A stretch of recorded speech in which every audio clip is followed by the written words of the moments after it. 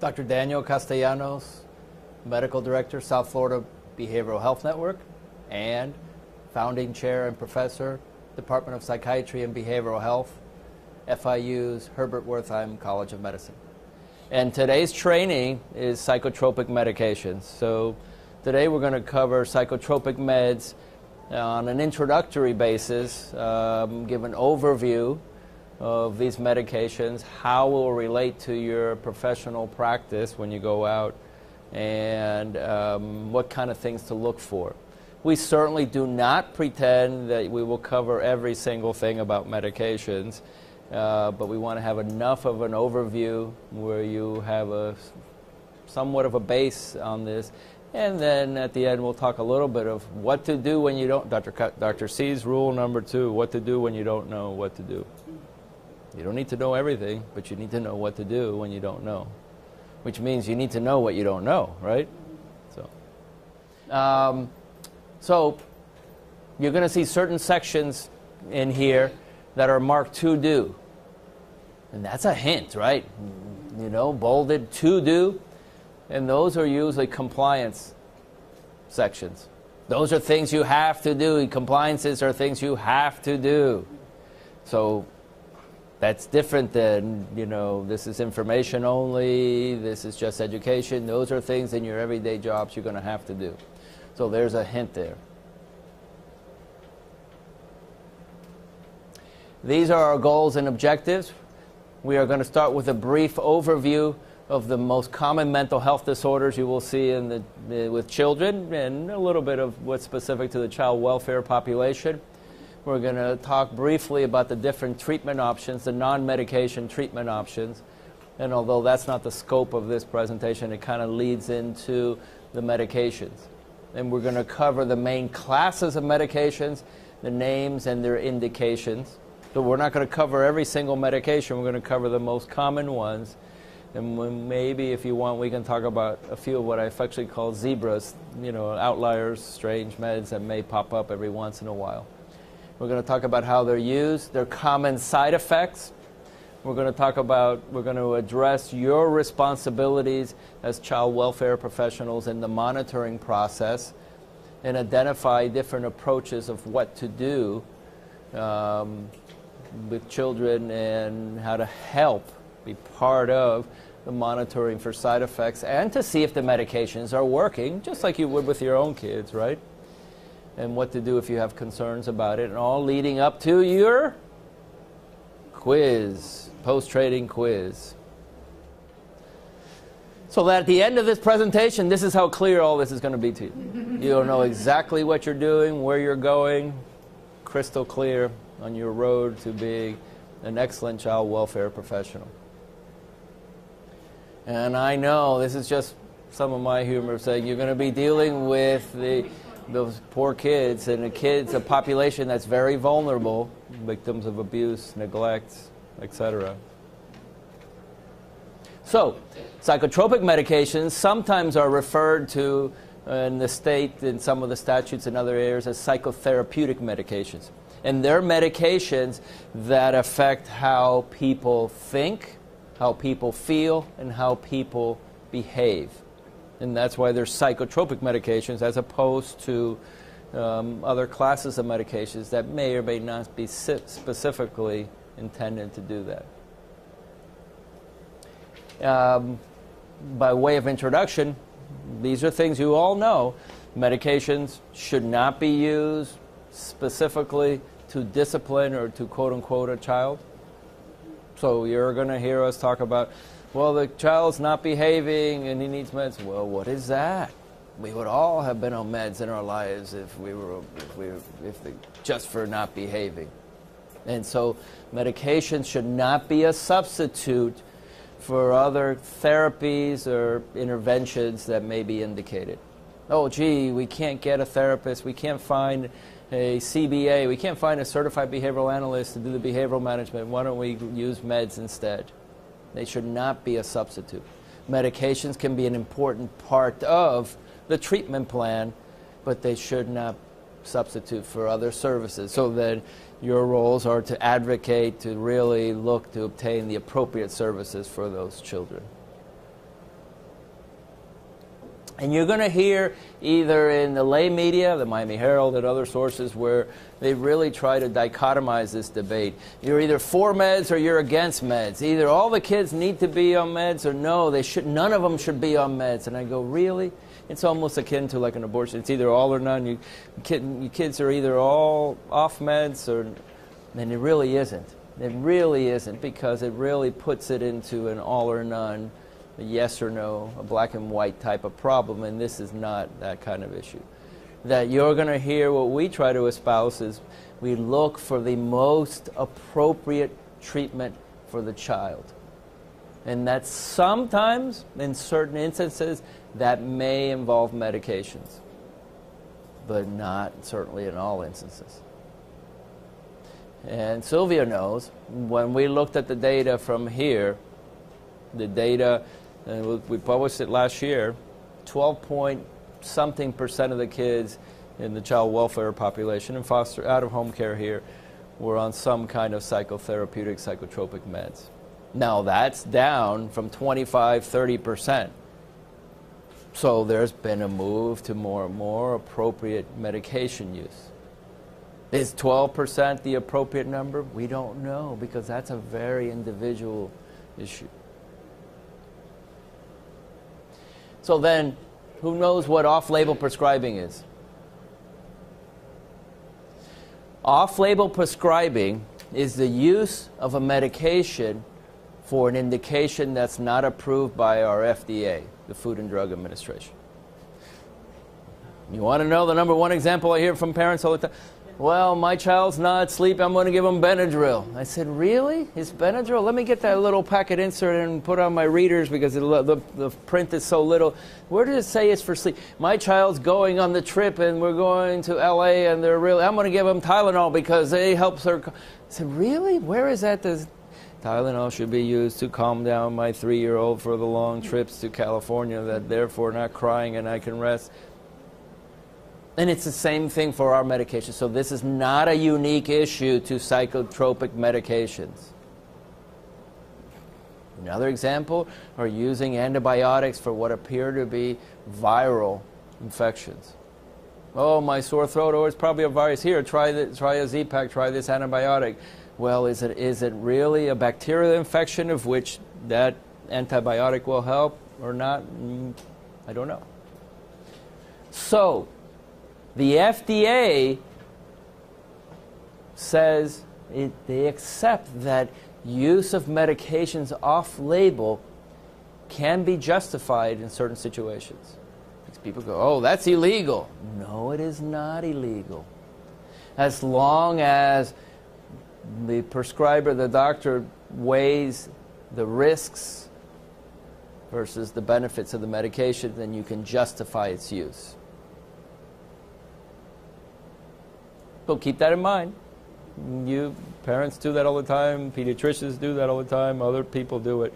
And some of it may be appropriate. Some of it may not be appropriate. But it's not, before the fact, illegal. You can't say, no, that's not indicated for that. Okay. It should at the very least be a flag where you kind of say, okay, it doesn't have this indication. What is the justification for it? Maybe. But it shouldn't be automatically stricken as not appropriate.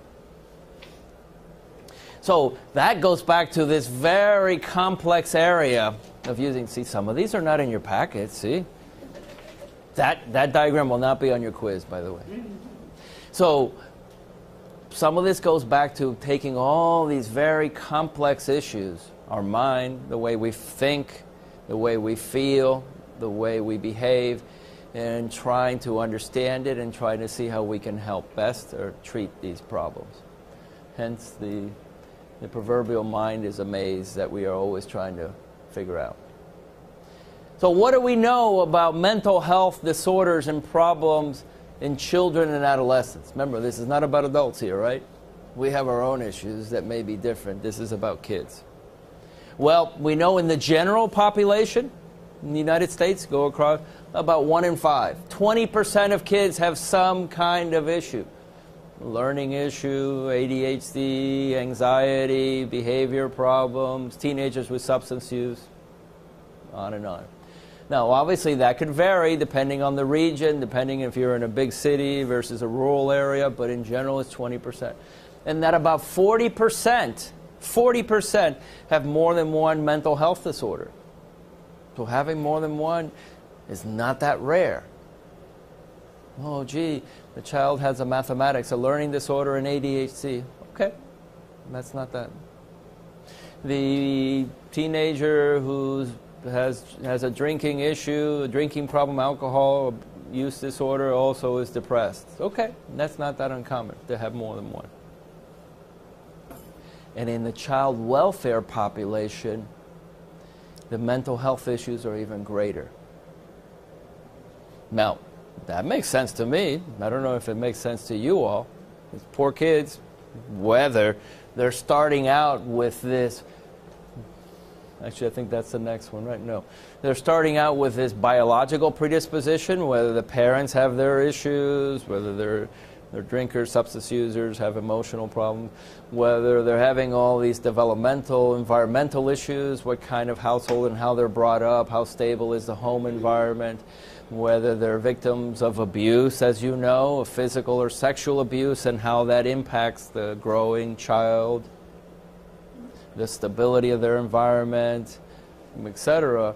All those things make that the percentage is going to be higher.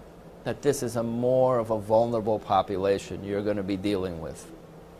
And these kids have other needs, and more needs, and a lot of time multiple needs. Imagine just being removed from your parent and put into out-of-home care. Relative care maybe, but out of relative care, imagine the impact on a 5-year-old, a 10-year-old, in addition to all of the other things that they've lived and experienced up until that point. There may be a lot of positive with that, right? Gee, you're not getting hit, being abused any longer, but there's a fair amount of adjustment and psychological consequences as well. So we know that in the screenings here from the fiscal year 11-12, that about 80% of the kids here, and our kids, had some kind of mental health Axis 1 diagnosis. We don't talk about Axis 1 anymore, but have some mental health diagnosis. And we know that it's not just due to ethnicity or socioeconomic class. Oh, that's because they're all poor kids. No, it's really because of a whole variety of other factors. So what are the most common emotional and behavioral problems in kids now, in children and adolescents? Anxiety. Anxiety is very common. Well, anxiety is common in general, but anxiety disorders are fairly common in kids. And we're talking about the fear-based anxiety disorders, like generalized anxiety disorders, like separation anxiety disorder, social anxiety disorder. So I always cite the statistics. In large community-based samples, if you look at just symptom criteria, who meets these symptoms, about 29% of kids meet the criteria for an anxiety disorder. 29%. But when you add the criteria for impairment, it goes down to about what we know, 4 to 8 or 9%. What does that mean? That means I could be anxious now, but if I'm functioning, right, if I'm not impaired, I'm not anxious, right, but if I could be, I would say, hey, I don't have a clinical anxiety because I'm functioning. I may be anxious inside, but I'm functioning fine. It's not interfering with my functioning. So a lot of kids with anxiety are out there. But it's when it starts interfering with some aspect of function. The child with separation anxiety disorder is not sleeping alone, getting up several times. Imagine what that does to the parents, right? Oh my gosh, we just need to sleep. The child who refuses to go to school, the child who keeps throwing up when they get to school, the child who gets very panicky when they're alone, the child who refuses to separate from the mom anywhere they go, etc., etc., etc. So anxiety, you're going to see, is fairly common in kids. Behavior problems. ADHD, attention deficit hyperactivity disorder, oppositional defiant disorder, conduct problems, so behavioral problems. And I don't mean the child who's just spoiled, but the child who has meets this whole constellation of behavioral problems that are sufficient severity and create impairment, et cetera, et cetera. We'll talk a little bit more about ADHD afterwards. Depressive disorders. So we do see depression in kids before puberty, little kids, but depression tends to increase more in adolescence, yes. So although you can have an 8-year-old, a 10-year-old that's depressed, it becomes much more likely at 15, 16. So with age, the likelihood increases. And then substance use disorders, abuse of alcohol and drugs, and that's more typically associated with adolescence. And one of the things we do know is that schizophrenia is not common in kids. Everybody know what schizophrenia is? So schizophrenia, although it can be seen in kids, is very rare.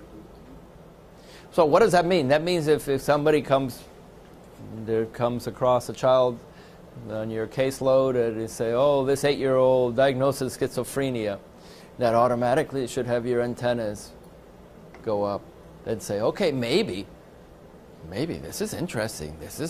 Wow, this is rare. Or no, maybe there's some issues there with how the person's been diagnosed or maybe not diagnosed, but at the very least it should warrant a second look. That's what I call about zebra, things that are less common. Now, if it's anxiety, you would say, oh, another anxious kid, right? Or PTSD because of all the traumatic issues they suffered, et cetera, et cetera.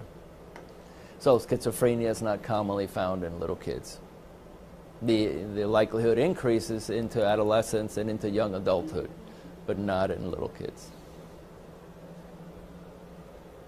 So this is just a graphic that about 1 in 5 of kids here in the United States have some kind of mental disorder, of which one of the more common includes things like anxiety and ADHD. And then about half of those have some kind of serious emotional disturbance which results in problems at school. Interfering with functioning, right? Problems at school. I'm dropping out of school. I'm not attending school. My grades are down. I'm suspended. I'm failing, etc. Questions? Kind of problems you're going to see and live every day? Same thing with bipolar. You can see bipolar. You didn't see me mention it there. In kids, it's all and the kids use it, right? Oh, you're bipolar. Oh, you're being bipolar. Oh, you're bipolar. I go, really? Really? That's just me. Just because I'm moody doesn't mean I'm bipolar. So bipolar disorder in little kids is not that common. Kind of parallel to schizophrenia, bipolar increases in likelihood as people get into their teens and later into young adulthood, yes. But can you have an 8-year-old with bipolar disorder, bona fide bipolar disorder? Maybe. But it should have you think a little bit too, because sometimes people are a little bit liberal with that diagnosis. Oh, you had this explosion and you trashed your room. Oh, you're bipolar. I go, really? Where does it say trashing my room is a criteria for, I'm joking, right? But you just want to take a look at it. So if you know, bipolar, remember, is a type of mood issue where you have not only periods of depression, but periods of elevated mood. And I don't just mean, I was so happy. I was happy once. It was a Tuesday for an hour. Doesn't mean I have bipolar disorder, right? So you just want to be careful when you see certain things that maybe don't seem to coincide or make sense, that you may want to look into it a little bit further. Why? Because then if that's what everybody accepts, and from there come all these plans and meds, and we're going to give you all these pills and do all these things, and it may or may not be appropriate. And to piggyback on what Dr. Castellanos said, each of your agencies has a clinical department or a clinical director which you can discuss this with. If you feel that your child is misdiagnosed or maybe need a second opinion, talk to them. They can talk to us at our kids' clinical department. We'll staff the case and make sure the appropriate, maybe second opinion is scheduled for this child, because, you know, we're only humans. The person making the diagnosis could have made a mistake. So those are definitely things you might want to discuss with us. So remember, part of it, I'm the psychiatrist, right? So part of it's how you say it. Oh, this kid doesn't have this diagnosis. Well, that's the wrong style. You could say, gee, maybe this child should get a second opinion on what. So it's how you present it, right? And I want to advocate maybe there should be another look at what this child has, or reevaluate the problems, and see if there is if the person really does have bipolar disorder or schizophrenia or any other disorder, so we can reassess and determine what the best treatment needs are.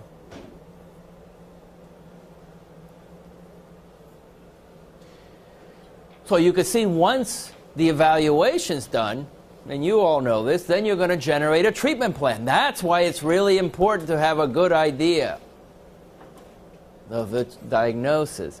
So if somebody comes in and spends 5 minutes with a child, it should have your antennas up as well. I go, okay, 5 minutes, you have bipolar disorder. And then comes the treatment plan based on this relatively potentially limited assessment, and then you're up this whole path. So starting with a good workup, a good diagnostic assessment, really flows into your treatment plan. It's the same thing when you go to your pediatricians. It's the same thing when you go to your own doctor.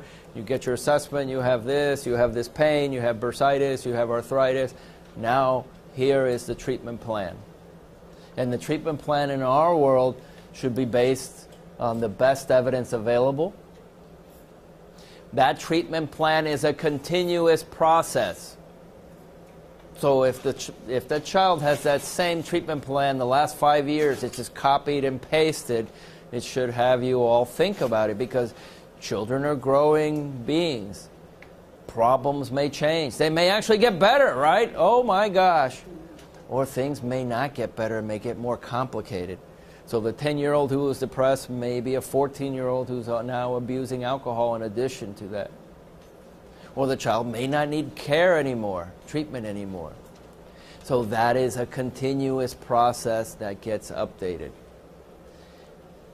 The treatment plan also helps you understand what kind of things should be helped and what kind of things may not be. Well, we're not here to deal with every single thing. Where's our hierarchy, our priorities of things that need to be helped? Aggression, suicidal behavior, panic attack, your depression should be better, your impulsivity. And that's your target problems that you hope will then help monitor treatment. Gee, that teenager was cutting. Okay, last month they cut 5 times. This month they only cut once. That's a progression or improvement. No, the person's cutting 8 times this month. Oh my gosh, well, something's doesn't seem to be moving in the right direction. Does someone need to reevaluate the treatment plan and see what could be done differently to ensure the safety and help that teenager progress? So the treatment plan should help have some idea of where you're moving. It would also tell you when treatment is no longer required. I was having panic attacks. I no longer have panic attacks or anxiety. So therefore, do I still need treatment? I don't know. But if that was the goal and that was the plan, then a good chance not so. So the treatment plan isn't just your paperwork. It's an important guide or roadmap to your treatment. You would do the same thing for your children with physical problems, or yourselves if you had a health problem as well. I have a high blood pressure, diabetes. Well, those are things that go on. You don't cure the diabetes, so it's long-term maintenance. And some of our emotional and behavioral problems are also long-term maintenance. That means you don't have an episode and you kind of cure it and it's done and say, hallelujah. That's it. So there's a whole variety of different interventions that can be provided. starting with therapy or psychotherapy or different types of psychotherapy. And I don't mean physical therapies like physical therapy, PT, or occupational therapy, or speech and language therapy. I guess that could come in there, but I'm talking about more psychotherapeutic psychotherapy. Educational intervention, structure, medications. You know what structure is? Who's got kids here? Your own kids? Oh my gosh, a lot of you have kids. Great. So structure is just come home and do your homework? Yes. No, you got to turn off the TV. We're going to structure it. You're going to come home, you take your break, you start your homework, and then maybe if you've done A, B, and C, you can go out and play. We still do that? Or go on the computer or watch TV. That's structure. As opposed to, here, just do whatever you want and finish and I'll see you tomorrow. Well, maybe. If you have a star, maybe. But most of us, we kind of say, hey, we need to provide some structure for our kids. And that's important. And that a lot of times that has to be made, that has to be part of the plan because the kids can present certain challenges. You can't just say, here, just do your structure parenting 101, foster parenting 101. Oh, right, these kids can be challenging. So, remember, psychotropic medications should be used as part of a comprehensive treatment plan. If you ever see that plan that says just give this medication and no other interventions, no other treatment modalities, again, it should have you question. There may be, but that should be by far the exception, the exception, the exception. So you know therapy. Therapy, also called psychotherapy, to differentiate from some of the more physical therapies, like PT, helps the kids develop better coping tools, and it should help move towards the goals in the treatment plan. So if someone says, oh, we're going to do play therapy with the 8-year-old, I said, okay, tell me, how does that help the child's problems? Well, we're going to do play therapy, and we're going to say, okay. And then a month later or 6 months later, well, we're doing play therapy. Okay. And how has that helped the problems that the child presents? Well, no, the child is still wetting their bed and they're still acting up at school and they're still having kind of anxious and panicky and they're still clingy. And so maybe that isn't the type of therapy that should be provided. Are you all familiar with what's called evidence-based therapies? So evidence-based therapies is really what we advocate nowadays. Oh, you have obsessive-compulsive disorder, this teenager. Cognitive behavioral therapy is considered your gold standard, CBT. Oh, we're going to do play therapy, we're going to do art therapy. I said, well, maybe, but that isn't an evidence-based therapy for this problem. It may or may not help, but it's not considered evidence-based therapy. So keep that in mind as you're looking at your plans and trying to see if they match.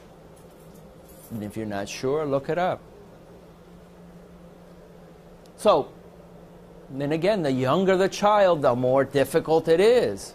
More difficult it is for that 5-year-old to translate that into their everyday. Well, the child's having a tantrum every night. Well, let's do play therapy to see, really? Now, how's that going to take you to tonight at bedtime at 8 o'clock so that child doesn't have a tantrum again? Bring out the puppets. Okay. So you go, what is evidence-based intervention for? It's most likely behavioral, right? So keep that in mind, therapies. And there's all kinds of therapy. So when someone tells you, we're going to do therapy, you go, what is that? Well, therapy, what are you doing? Well, we're doing therapy. I said, now you're like the kids. You're using the response. You're using the response to the question. You're using the answer to the question. You have, give me more information. What does that mean? What are you going to do specifically? And if the person, the clinician, has some difficulties kind of detailing it, you should have some antennas being raised and say, wait a minute, what is happening here? Or what will happen here? You heard about the evidence-based part. And that, obviously, depending on the child, the therapy can sometimes be combined with medications. We know that. These are the types, the classes of therapy. So individual therapy, It tends to work better with older teens and teens that are more verbal, and smaller kids who are more insightful and verbal as well. Usually younger kids, 3, 4, 5, even 6, maybe less likely, but family therapy, group therapy, and groups are usually very specific. It's a social skills group, it's an anxiety group, it's a trauma group. Behavior therapy, you're going to hear a lot of that. Why? Because if the child is displaying these negative, disruptive behaviors, I'm not taking a bath and you can't make me, or I'm hitting my sister, or I'm throwing things. Those oppositional and conduct problems typically don't respond to, now tell me, how did you feel at that moment? And later when your sister says, pinches you, you say, please, kindly refrain from pinching me, because I am going to get angry and I may throw this and break your head with this baseball bat. So please, no, they're not going to use a lot of language to mediate that conflict, so you work on the behavioral interventions. And then the trauma-informed care is a very specific type of care that deals with kids that have been exposed to trauma, and especially some of the older kids that now have a lot of negative and or delinquent behaviors, and you really look at the tie-in to their previous history of being exposed to all these traumatic events.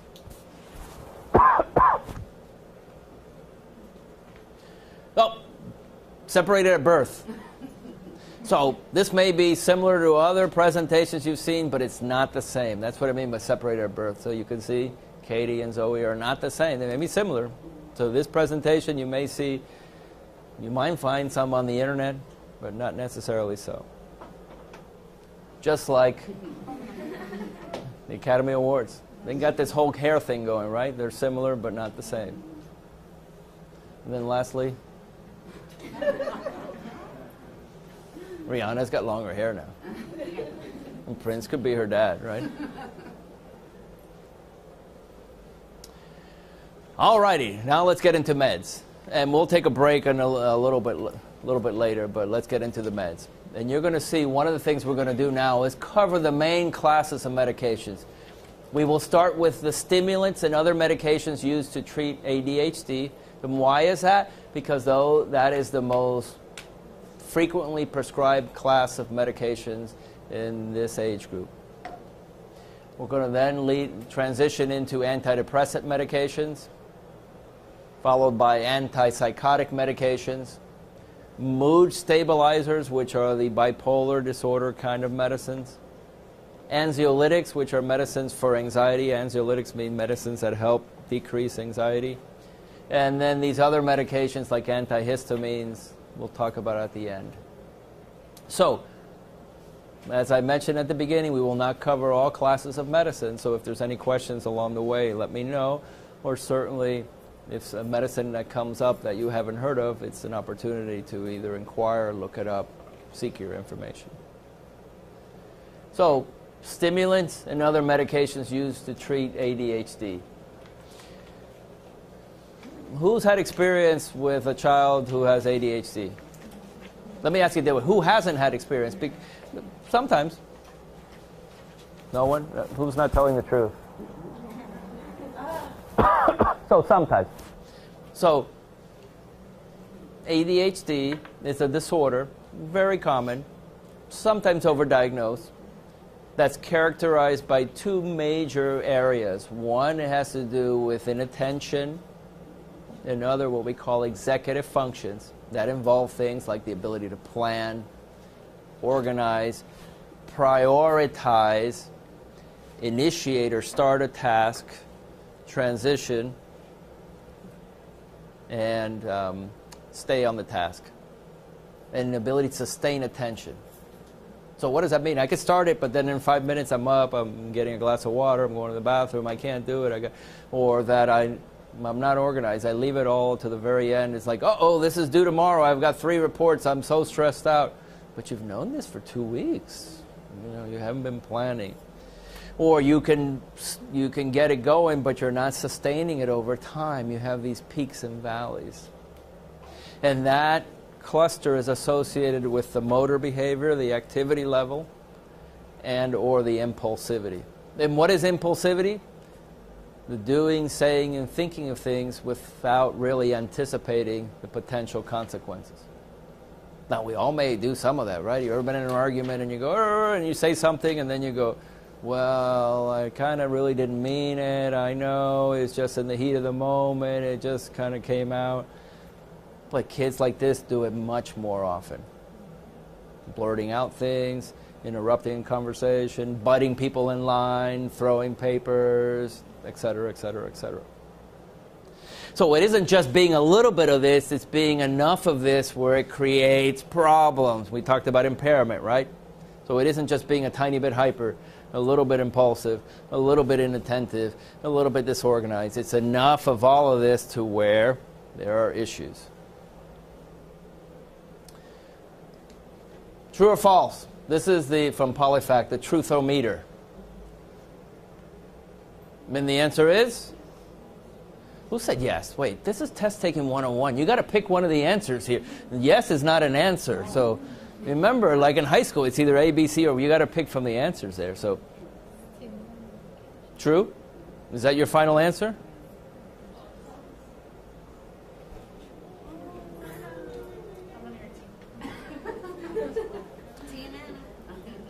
This list are the list of medications that are generally used to treat ADHD.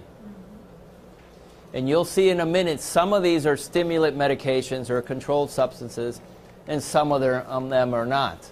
So the ones with a little asterisk are not. Clonidine, Intuniv, Capvey, Tenex, Wellbutrin. But the majority of the others are. Right? And here you have this is just a reference for you. These numbers will not be on your quiz. But so you know that if somebody comes in and says, "Oh, we're going to give you Concerta and we're going to give you 108 milligrams or something," and you go, "That sounds like a high dose, huh?" It still may be justified, maybe, but it's a high dose. Let me look into that. Strattera, we're going to give you 200 milligrams. You go, "Wait a minute, the FDA max is 100. It may or may not be justified. I don't know, but let me look into that." Or maybe that's an error. Or maybe that's a transcription error. Let me at least look into that. And actually, the counter is true. That if you're going to go and say, "We're going to use Strattera, but we're only going to use 18 milligrams, but this is a 6-foot boy who's 16 years old," and you go, that sounds super low. That's very low. Why? Because what's that going to do for the child? So this is the list, and it's alphabetically ordered by the brand name. But I want to highlight this, and you could see that the majority of these medications are FDA approved for this condition. The majority are. And the ones that aren't, so clonidine, it's the same thing as in this one, which is FDA approved. They just repackaged it in an extended release. ER means extended release. XR is extended release. So that means that they're longer acting. But it's the same medication, so it has the approval. It's just that this went generic earlier and it didn't get the approval. So it's exactly the same chemical. And the same thing with guanfacine and the Intuniv. So even though the answer is no, for these short-acting ones, they are. Again, why? Because if you see other medications, oh, the child has ADHD and they're being treated with Seroquel, it should have you at least question and say, Seroquel. Oh, okay. Now, from what I remember, Dr. Castellano said Seroquel is not a medication for ADHD. Let me look in to see what the justification is for this. But it doesn't treat the core symptoms of ADHD. So the majority of these medications are approved by the FDA for kids. These stimulants, like amphetamines and methylphenidate Ritalin, have been around since the 50s. Well over 50 years. So what does it mean that they're controlled substances? And this you will need to know. You will get these phone calls. And that they're called Schedule II. Well, the FDA, actually the DEA, it's the DEA schedules the different controlled substances. So for example, something like Xanax will be a Schedule 4. Your pain meds like oxycodone and Percocet are Schedule 4. These medications are Schedule 2. That means they're more tightly controlled. That means that you, up until now, you need a paper prescription. The doctor cannot call it into the pharmacy. Oh, it's Thursday at 6 o'clock. Let me get a hold of the doctor so they can call it into the pharmacy. No. Somebody needs to write that paper prescription, and you need to take that paper prescription to the pharmacy. Schedule 4s, like I just said, like Xanax and Percocet and those, you can. But these you cannot. 2, you can't write refills. Oh yes, and 2 refills. You need a prescription every time. That's important because, oh, the child took their last pill today. Well, why didn't you let me know that before? Now we got to run around and we're going to have to make phone calls and where, and the doctor's not in and the clinic's closed, and how do we get a prescription? But the child's going to get kicked out of school if they're really hyper and they're not on their meds the next day, etc. So you need to know that for your planning and your organization. You need to know that for your own kids, right? If you're running out of their meds that they need, you should be able to plan that ahead. It can't be faxed in either, by the way. And they're a controlled substance because there is a potential for abuse.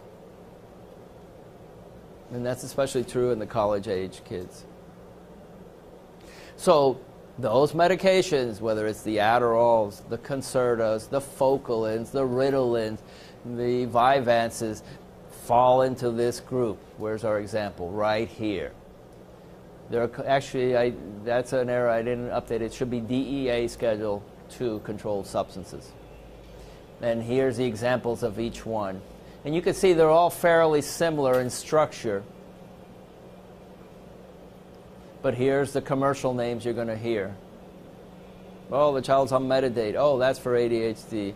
Oh, the child's on Focalin or Focalin XR. Remember, XR is extended release. And LA is? Doesn't mean Los Angeles. It means long-acting.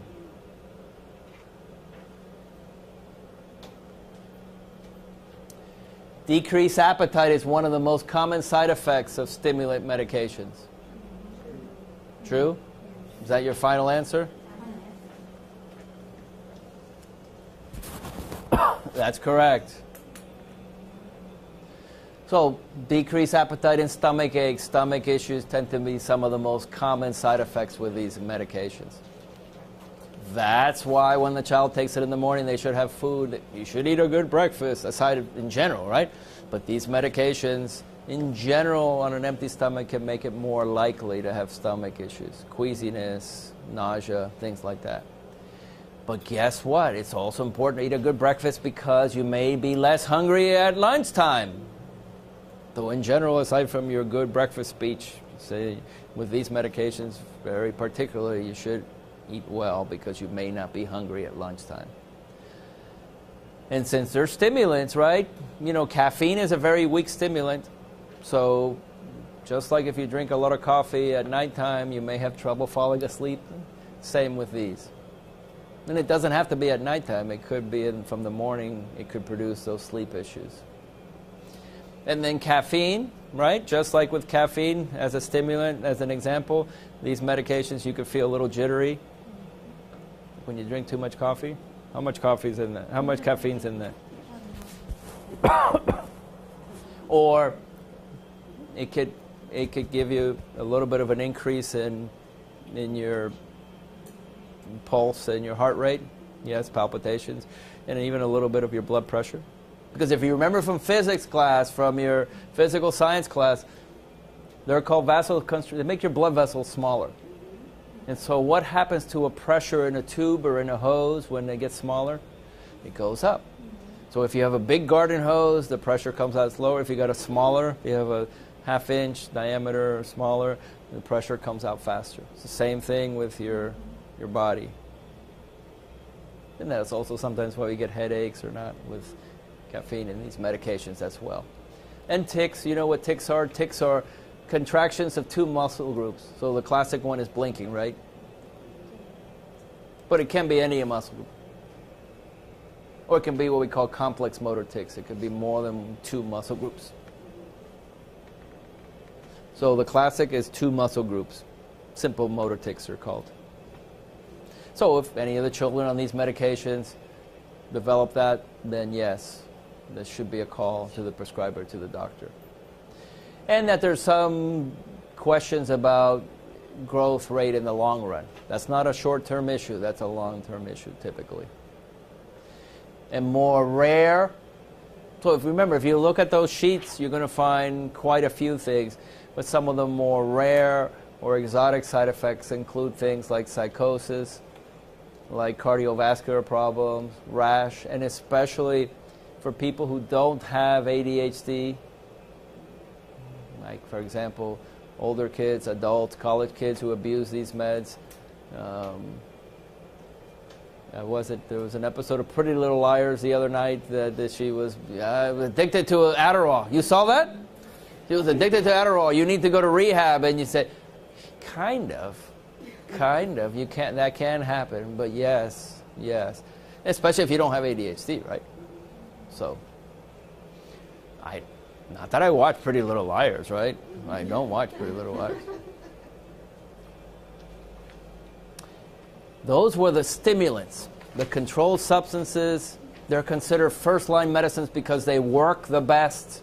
They work differently. They're in your system and out of your system every day. I'm going to show you a graph in a second. And these are called the non-stimulants. So they're not controlled substances. They can be called into the pharmacy. You can write refills, right, for 1 month and 2 refills. But they work differently. So in general, they take longer time to start working. They don't work right away. So if you start a child on Strattera, you won't see a lot of the benefits on day 1 like you may with a stimulant. 2, they tend to last all day. They don't wear off. 3, you need to take it every single day. That child needs to take it every single day to work. You can't just say, oh, I'm feeling good on Saturday, I'm not taking it. And then they have different side effects. So for example, Strattera affects the stomach somewhat. It has this warning on new onset of suicidal behaviors. These medications are also non-stimulants, and they all work, and they're all kind of approved by the FDA. They just maybe work a little bit less strongly. They work. But they're sometimes used when the child has certain side effects to the others, or the child doesn't tolerate, or you don't want to use a controlled substance like maybe a teenager who has a history of abusing drugs or not. You don't want to use those controlled substances. And this group of medications, by far, tiredness is the most common side effect. Yes? Liquid forms of ADHD medication are not recommended, but if the child has problems with the pill form, you guys prescribe it? So the answer is sometimes. So if we come back here,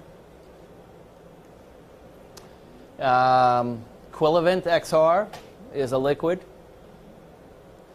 And there's one more I didn't put on here, a methylene, who's a liquid because it's rarely used. So if a child has a problem swallowing these medications, there's usually 3 choices. 3 choices?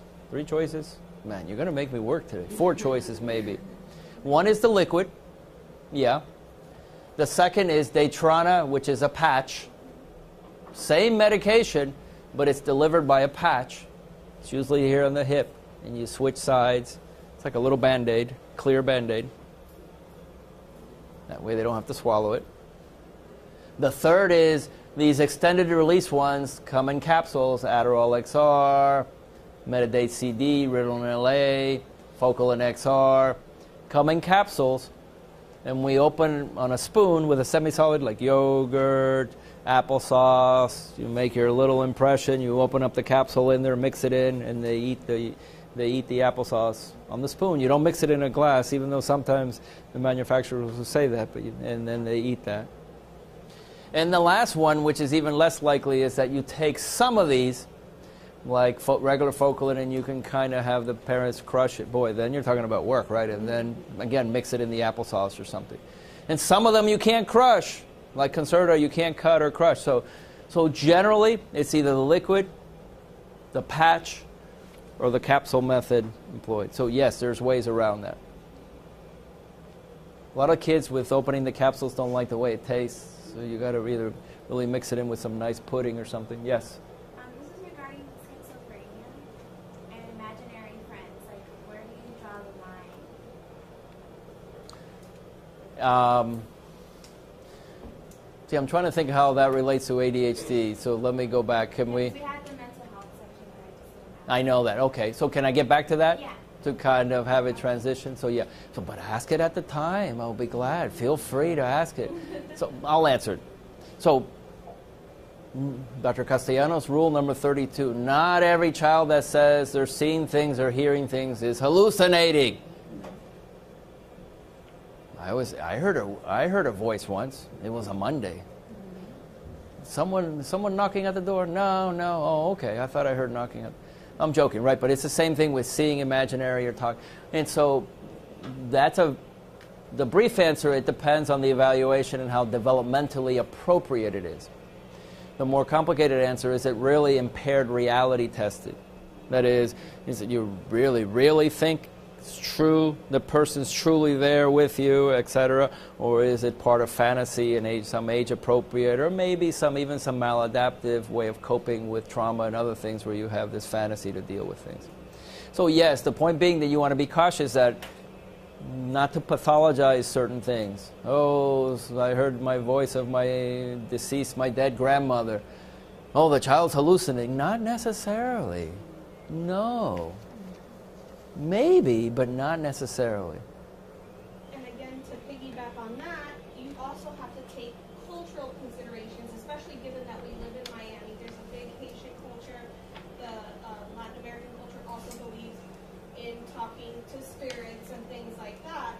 So you don't want to disqualify their culture and their belief that, yes, they might be talking to spirits of dead relatives, because it might actually be what they truly believe. It might not be right. So that's also something you need to take into consideration. Very good. You already got these right. So, why is that important? Well, we see these are the studies that show when the most important problems are with ADHD. I'll go through this quickly. Most of it's at school, but a lot of it is like right after school. Sometimes it's in the morning. Oh boy, murder. If you have a hyperactive child, the morning's getting out, getting going, getting dressed, getting breakfast, getting all the kids, could be kind of difficult. And that's important because, see, the yellow doesn't come out very clear, but one more, where's my red? That these medications, those stimulants have different durations. That means some can be very short, like the classical old Ritalin was very short, 3 to 4 hours, boom, boom. But what happens at lunch and afternoon time? So the newer ones are longer acting. But they all go out of your system every day. That's the stimulant. So that means that by the next day it should be kind of eliminated from the system. And then you start over again. So it's easy to start and stop, etc. So point being is that the decision made to which medications, usually depending on how long of an effect or where you want the coverage and things like that. This slide will not be on your quiz. Let's go through antidepressants then. Obviously they're used to treat depression and other conditions. There are only 2 antidepressants FDA approved for the treatment of major depression in children and adolescents. Fluoxetine Prozac, Lexapro, escitalopram. The biggest body of literature is with the Prozac, but there's only 2. And actually a few of them, there's some work that shows that they really don't work in kids, in contrast to adults. This is your list here. Brintalex. Where are we? And these 2, actually it should be the other way, Fetzima should be here, are the 2 latest antidepressants that were just approved by the FDA in last year. Fetzima and Brintalex. But they're not approved for kids. So sometimes you'll say, oh, this is the newest one, we're going to use it. There isn't a lot of scientific literature yet. It may or may not prove to be that they help kids, may or may not be. So we don't say it's inappropriate, we just say that it's not, there needs to be a justification to use these medications. But look at the difference here, right? Out of this big long list, remember on the previous one, almost all of them were approved. On this one, only 2 are FDA approved. Remember what I said before about off-label prescribing? It doesn't mean it's illegal. It doesn't mean it can't be done. There needs to be a justification. So what that usually means is you try to use or start these medications first. So if the child's been on this one, and then on this one, and not doing better, and on another, then maybe you go to the others. That's right. But if someone's jumping right to, let's jump right to Brintalex, this 15-year-old's depressed, and the first treatment's going to be that, usually we try to say, hey, what's the justification for that? These are the older antidepressants. They have some use now, but we don't. Partly because since they're older meds, they have different side effects, of which tiredness is one. So sometimes they'll be used, this one, for sleep. But tell me, and then the other side effect is increased appetite. So tell me, what teenager wants to be sleepy and gain weight? So it's harder to use in kids because they feel it. And so not necessarily that they don't work, but they tend to have different side effects that maybe limit their use. And you see on this file, not because they won't work, but since they're so old and generic that there hasn't been a lot of work to kind of get them FDA approved. So it may or may not be. And then antidepressants. Even though it says antidepressants have a real effect on anxiety. Actually, a lot of them are approved for anxiety disorders in adults. None are approved for in kids, but a lot of them are. And people know what OCD is, obsessive compulsive disorder. And here's this group of meds of an obsession is an intrusive thought, a thought that gets stuck. Intrusive, it comes in, not that you want it, it comes in. And it's repetitive. And it creates tension. Did I lock that door? I don't know if I locked my car. Did I lock my car door? I think I clicked it, but did I lock the door? No, did I lock the door? I think I locked it. And you start walking, so you're walking, but I think I locked it in the tension, right? And what's a compulsion? The compulsion is the behavior to decrease that tension and that obsession. I have to go back and check it. Checking behavior. Click, click. Okay. So it's the doubt, and then it's the checking. Not that we don't do that. Not me. I don't go back and click, click. So as I said, look at how all these medicines in adults are approved for all these other disorders like anxiety, bulimia, panic, premenstrual dysphoric disorder, social anxiety, a lot of them. But they're not in kids. And part of it has to do with the studies and some. So if it is anxiety in kids, like this, or this, by far Zoloft is a treatment of choice. There's a lot of good studies for it. But since it doesn't have a patent anymore, since it's generic, you won't see it getting the indication. But they're used quite a bit for other things that aren't depression. And they're approved for other things in adults. So what are the main side effects? So if a child takes Prozac or Lexapro, upset stomach, sometimes headaches, sometimes difficulty sleeping, sometimes the jitteriness, we call that the activation, dry mouth, easy bruising. And others include problems with sodium. Wellbutrin has problems with seizures, 0.6%, less than 1% of people that use it could develop a seizure. And that's usually at higher dosage. But it can happen, but it's rare. True or false? Or mostly false, half true, mostly true? Liar, liar, pants on fire?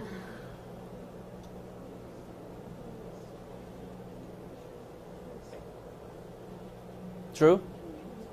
True?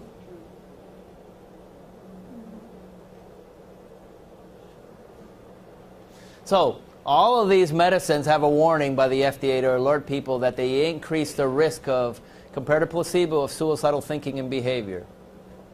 They don't say kids are going to go out and kill themselves. They say that the studies show that compared to placebo, you know, the little sugar pills, 2% of the kids on sugar pills develop suicidal thinking. Go figure, on sugar pills. 4% on the medication. So yes, there was a difference. And they alert you that you need to monitor and check for that. Remember, it's not always from the meds. Sometimes the kids could be thinking these thoughts before the treatment. That's one of the symptoms of depression, right? So it's just another area to monitor and be careful with, because it could be potentially more serious, right? So any changes in that, either, oh, the child starts talking about taking their lives, oh, the child is saying that they're worse, that you need to be alerted to, or the foster parent or the doctor notified, and channel that on for someone to reassess. Now, this is what we call a busy slide, but just to show you that when this means depression, right? If this means where we should be, our mood, and someone's very depressed, and you begin treatment, that treatment isn't with those antidepressants, isn't just for a few weeks. You got to take it for months and months. 6, 9, 12 months, first episode. So it isn't just, I'm feeling better after a month, let me stop it. It means take it, and then you have to continue it. Otherwise, you're at risk for getting worse. So the kids need to know, you got to take it every day, doesn't work right away, and then you got to take it for a while, 6 months, 9 months, 12 months.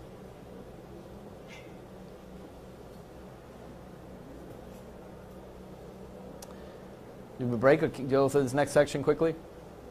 Because we have a few, right? Yeah, we're about halfway through. Does anybody need a break? No?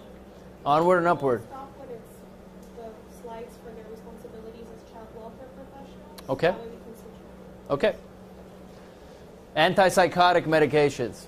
Well, antipsychotic medications can be used actually for a variety of different things. One is schizophrenia, some certain emotional problems. They improve certain psychotic symptoms like true hallucinations. Delusions, you know what a delusion is? It's a fixed thought that doesn't have a basis in reality. The FBI is monitoring. The FBI is taping this. The FBI, no, let me show you. Let me take that apart. There is no microphone.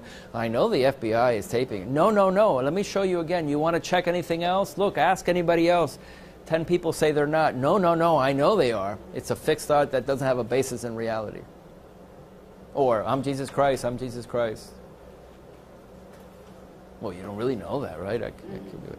But so there are these fixed beliefs. And disorganized thinking. Talking, jumping around, not being linear in the thinking and speech. As part of being psychotic. So you can see, you don't see a lot of that in smaller kids, like I said, with schizophrenia. You don't see a lot of 8-year-olds who are talking about the FBI filming them, or that their TV is bugged, or that they're true hallucinations, or that their thinking is so disorganized that it's gibberish and things like that. Now you may see a 20-year-old or a 25-year-old, etc. So these medications could improve these psychotic symptoms. Yes. These medications can also improve bipolar symptoms, and you'll see it's actually indicated and approved for that. These medications in adults can be used as an adjunct treatment. That means in addition to. So, for example, and you see these ads on TV, but this is not approved in kids, but in adults, if someone is on an antidepressant and they have a partial response, you're kind of better on the antidepressant. So one of the options is, look, you're about 80% better. We're going to add this other second medication to boost it, to adjunct, to make your effect even better. And some of them actually work. Irritability with autism spectrum disorder. So 2 of the medications you'll see in a second are approved for that. Autistic kids that either or have these explosions or these angry outbursts or aggressive outbursts. They don't address the core deficit of autism spectrum disorder, but They can help with those behaviors. And agitation and aggression. So you'll see that in the hospitals, acute agitation and aggression. So what are the FDA approved to treat? What kind of diagnoses? Schizophrenia and other psychotic disorders. Oh, I am abusing PCP and LSD, and I'm grossly psychotic, and I am doing all these things, and so therefore I'm in the emergency department, and I'm going to help with that. Bipolar disorder. You heard about the major depressive disorder and the augmentation, the addition, not alone, but the addition to an antidepressant. The autism spectrum disorder, Abilify and Risperidone or Risperidone are approved for that. So if you happen to have a child who's on the autism spectrum in any of the homes, and they're displaying certain of those behaviors, and they're severe enough, sometimes these medications would help with those behaviors. The irritable, aggressive, angry outbursts. And acute treatment of agitation. And this is newer in the approval process, where certain of these, Abilify, Adusave, Zyprexa, Geodon, are actually approved. That you don't see it as much with children, but sometimes you'll see it with older teenagers who are extremely aggressive, and it takes 5 police officers, and they come into the emergency department, that some of these medications will be used. And actually this one, that's an old medication that they changed the preparation, and it's an inhaler. The problem is that if you're pretty agitated and out of control, you're not going to say, oh, okay, sure, let me take this kind of Afrin or this kind of nasal spray and let me just stick it up my nose for a minute, because you need a certain amount of cooperation for that, right? And so generally it's these others that get used. And then there's been some side effects with that one. It's newer on the market, but there's been some pulmonary side effects on it, so they're looking at that now as we speak. But what I am saying is that look at how these antipsychotics are not just for psychosis. They have all these approvals for all these other things. So although the class is called antipsychotics, it's what we call a misnomer, a mislabeling. It isn't just for that. It's much more broad than that. These are the medications that are approved for schizophrenia in adolescents. None are approved for little kids. Why is that? Partly because we don't see a lot of 8-year-olds, 6-year-olds, 10-year-olds with schizophrenia. So it's hard to do the studies. So it's teenagers. Abilify, Haldol, that's an old one. Zyprexa, Seroquel, Risperidone are approved for the treatment of psychosis, schizophrenia in adolescents. When we move to bipolar disorder, you can see it's a lot of the same class. Abilify, Zyprexa, instead of 10 to 17, 10 to 17, 10 to 17, Zyprexa is 13 to 17. Seroquel and Risperidone. So it's a lot of the same meds that are approved for, that work with schizophrenia and psychosis, work for the bipolar teenagers. And you saw this is the autistic disorder, the 2 that are approved for that. And they do tend to work. So you could see the antipsychotics that have their official indications in kids are these, and this table shows you which disorders they're approved for. That's just a table highlighting what we just discussed, what we just saw in the other slides. So this is the table of all the antipsychotics.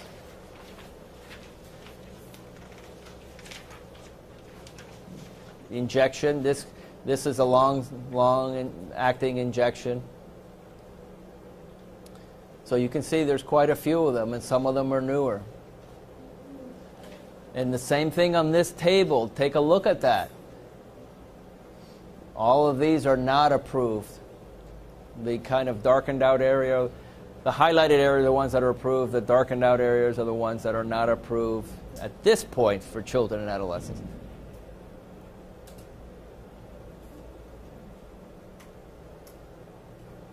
These are the older antipsychotics that you're going to see are going to pop up here and there. So, for example, Prolixin is an injection, a long-acting injection. You give the injection, you don't have to come back for 2 to 4 weeks. Again, you don't have to take the medicine by mouth. That tends to be for people with more chronic problems that tend not to take their meds on a regular basis but really need it. These are the ones that may pop up. You may occasionally say, oh, this child was put on Thorazine. Why is that? It comes generic, chlorpromazine. Why is that? Or haloperidol. Why is that? There may be an indication again, and they have a different set of side effects, as you'll see now.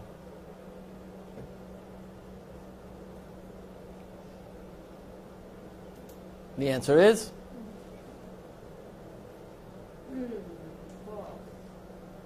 Right. Who said false? I did, because wasn't it that they had an increased appetite? Was that the depressants, the stimulants? I'm sorry, this is a multiple choice question, and we're not asked to elaborate. This isn't math. We are asked to elaborate on your answer. And you said false, right? I'm probably wrong.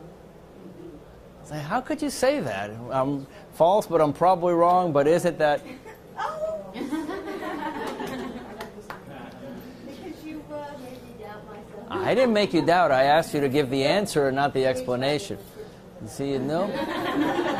It's preparing you for... It's preparing you for court, then. And the judge says, do you think the child needs this? Well, I think that... And the judge says, well, what's your answer? So, which you started out well. You gave the answer, and then you said, well, isn't it? Then you started asking a question. Well, I'm asking the questions. I'm kidding you. I'm kidding you. But yes, it is false. Yes, because feeling more hungry and gaining weight is one of the more common side effects in general of these meds. Yes. Remember the stimulants, it was the opposite? The stimulants, if you want to eat less and maybe even lose weight, that's not these. It's the opposite. Why? Because over time, that's one of the things to monitor. Oh, the child's on olanzapine, Zyprexa, or Seroquel, Quetiapine. Let's see, we don't want him to gain weight. We don't want anybody to gain weight, right? But we want to make sure that's one of the things we monitor, because if you gain a lot of weight, you have to wonder, even though the medicine's working, helping, the benefits and the risks, right? You want to weigh it. Now, if it's not working and you're gaining weight, that's an easy one, right? But if it's really working well and you're gaining weight, then you go, oh gosh, this medicine's really helping, but you're gaining weight. And if it's really working and you're tolerating and not gaining weight, hey, what more could you ask for? So weight gain is one of the more common ones. But tiredness and a few others, all these others. And I'm not going to go through all of them because they're there for you on your list. But weight gain and maybe tiredness are one of the more common ones. The ones you see in the newspaper and stuff tend to be a little bit more exotic, like the boys, because of the effects on some of the internal hormones. Their breasts can get a little bit bigger. The girls can have expression of breast milk even though they're either not pregnant or not postpartum. And so there can be others, but those are much more rare. So yes, if those happen, obviously the doctor, everyone needs to sit down and look at that and make a determination, because these are more serious, albeit more rare side effects. So weight gain and tiredness, kind of more common. So this is one of the problems, that if you gain weight, you may say, I've gained 10 pounds, 20 pounds, but in the long run, these are the things that put you at risk for what we call metabolic syndrome, like heart problems, diabetes, in the long run. And so all that needs to be checked when they go for their follow-up.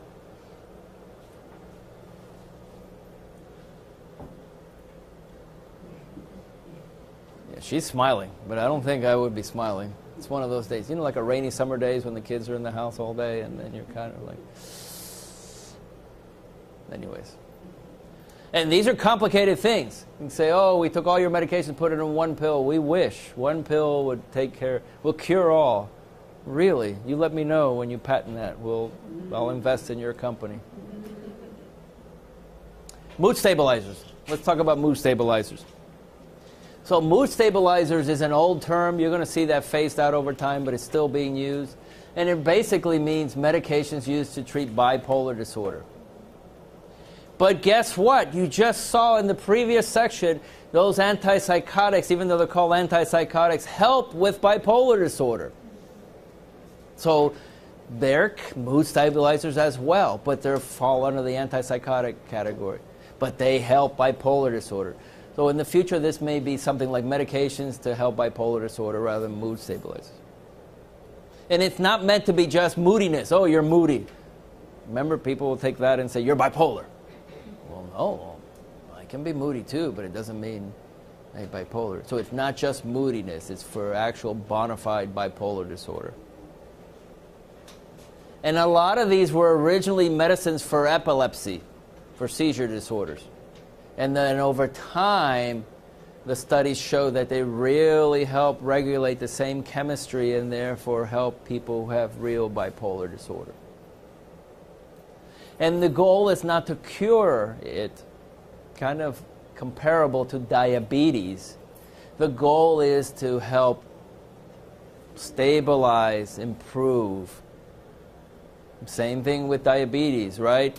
You don't say, once I have true diabetes, you may say, I'm going to do exercise, I'm going to change my eating and my diet, I'm going to change how much I drink or eat or whatever, my sleeping. I may use oral medicines to control my blood sugars, I may need insulin, but I may need a combination of different things, but it's not to cure it, it's to manage it, to stabilize it. And if it's very mild, I could do certain things, and if it's more severe, I need to do other things.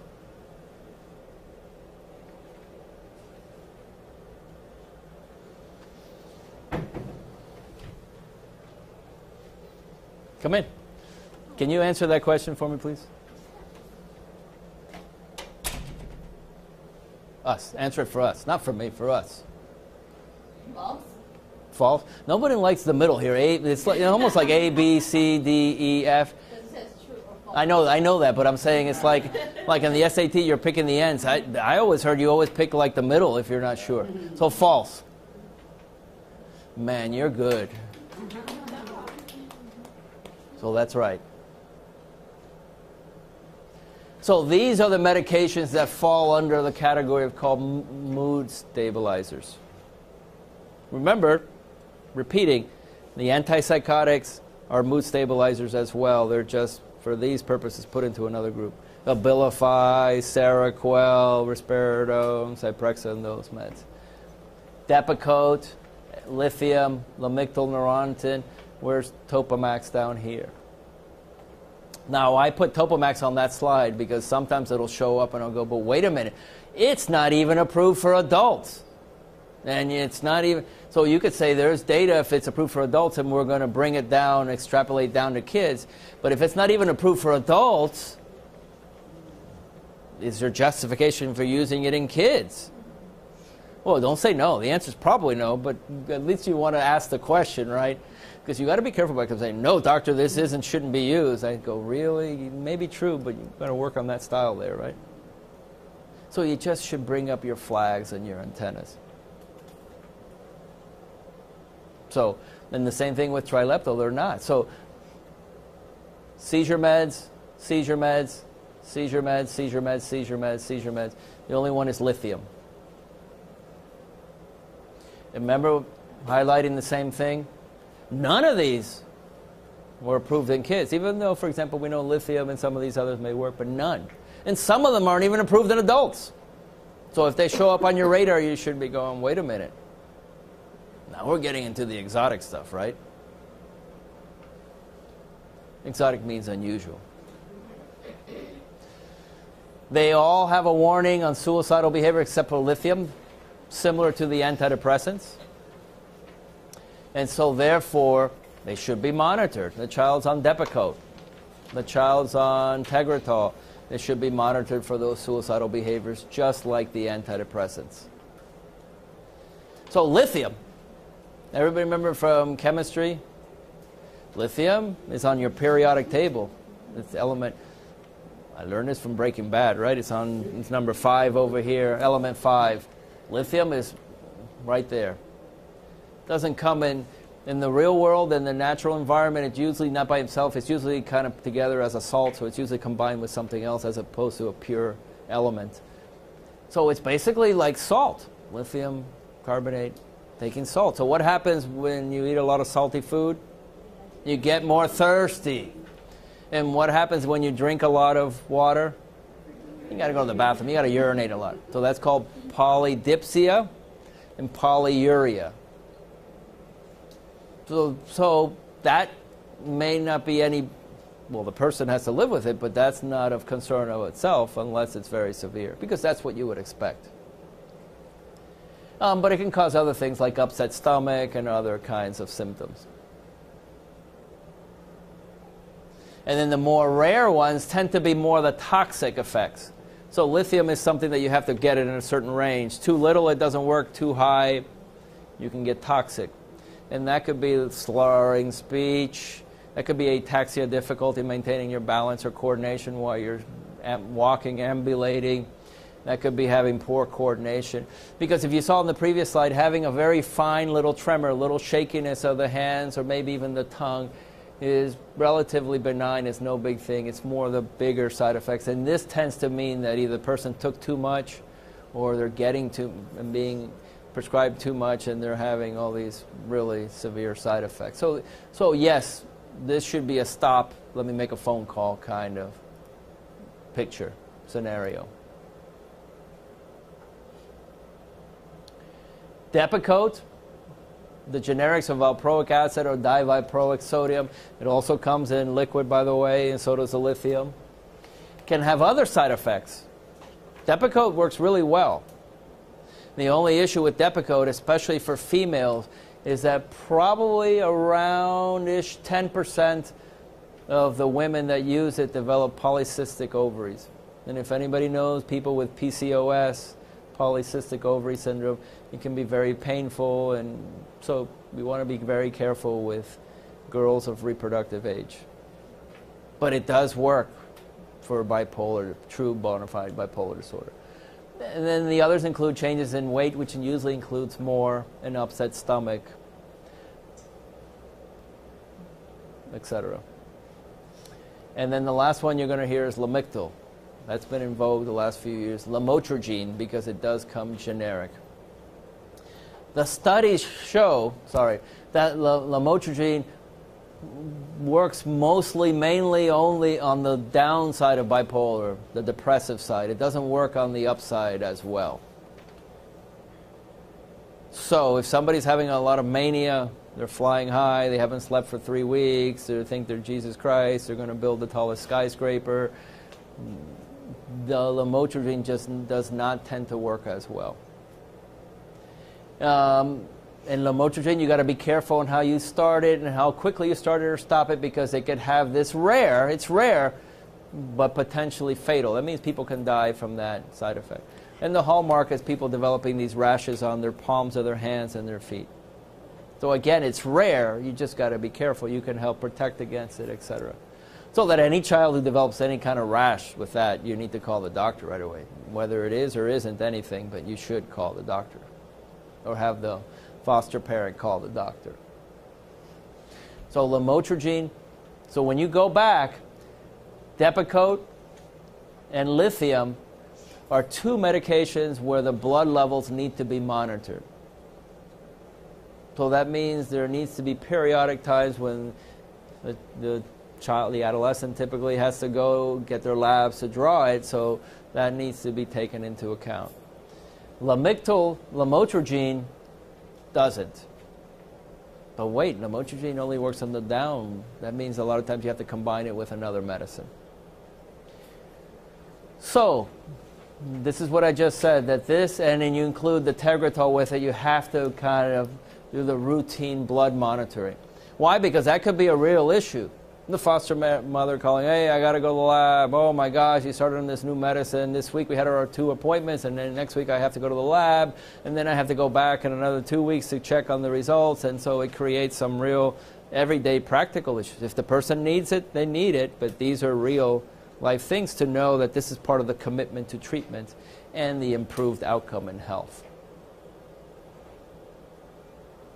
And just knowing that you can have the down of bipolar, the mania. Hypomania means that it's bad, but hypo means just below, not as severe. And the goal is to keep the person in a good, stable mood. Like all of us. I'm kidding. And just real quickly, anxiety meds. Benzos, you've heard about benzos, benzodiazepines. Mm-hmm. They are a controlled substance. They're Schedule 4. Your Xanaxes, your Valiums, your Klonopins. They work differently, though, because they work on the anxiety today, but they don't keep it from coming back the next day. So if you're looking at maintenance, they're not good. They're good for situational anxiety. I'm going to go on the flight. I'm anxious for the day or two beforehand and get on the plane, and then I don't need it. So they're not good for maintenance. Actually, you heard the antidepressants are the best for anti-anxiety effects. Remember, Schedule 4 medicines, you can write refills if it's appropriate. They can be called in fax to the pharmacy. And obviously, they have a potential for abuse, as you know. Your Xanaxes, your Valiums, your Klonopin, your Ativans, that class of medicines. Here's the examples. See, a lot of these end in PAM, right? Lorazepam, clonazepam, diazepam, alprazolam. Librium we don't use a lot. That's used mostly nowadays for alcohol detoxification, detox. And since you don't do a lot of that in teenagers, that tends to be more in the adult world. But these others, the more likely ones you're going to see are the Xanax and the Klonopin. By far, those are the two most common.